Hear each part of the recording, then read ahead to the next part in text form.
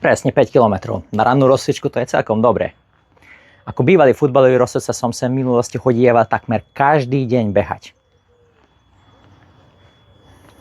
A preto mi záleží na tom, aby bol štadión v dobrom stave. Nie len dospelí, ale aj deti musia trénovať na tejto bežeckej dráhe, ktorá dnes už nie je len zastaraná, ale miestami aj nebezpečná. Mesto, ktoré chce podporovať šport a zdravý životný štýl, by nemalo dovoliť, aby sa jeho športovci pripravovali v takýchto podmienkach. Mojím dlhoročným snom je, aby Štúrovský štadión konečne získal modernú a bezpečnú bežeckú dráhu.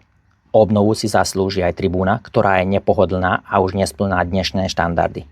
Diváci si zaslúžia, aby mohli pohodlne a v kultúrnom prostredí povzbudzovať svoje tímy a aby bol každý zápas skutočným spoločenským zážitkom. Zadné futbalové ihrisko by sa zase mohlo premeniť na ihrisko s umelým trávnikom, aby ho športovci mohli využívať počas celého roka.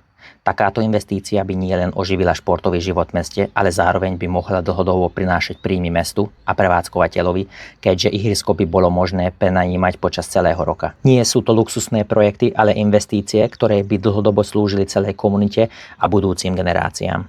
Verím, že športovci, fanúšikovia a deti v Štúrove si zaslúžia viac.